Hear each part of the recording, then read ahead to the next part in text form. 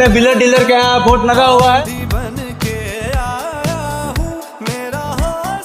देख सकते हैं इधर केटीएम के अंदर कितना कलेक्शन है, देख सकते हैं आप लोग। इधर एमटीओ भी लगा हुआ है, इधर बुलेट दिखा हुआ है, कितना सारा बुलेट कलेक्शन है। देख सकते हो एनएस है, एमटी है, R15 है, देख सकते हैं। देख सकते हैं पूरा कंडीशन दिखा है, नया कंडीशन में एनएस का दिखा हुआ है।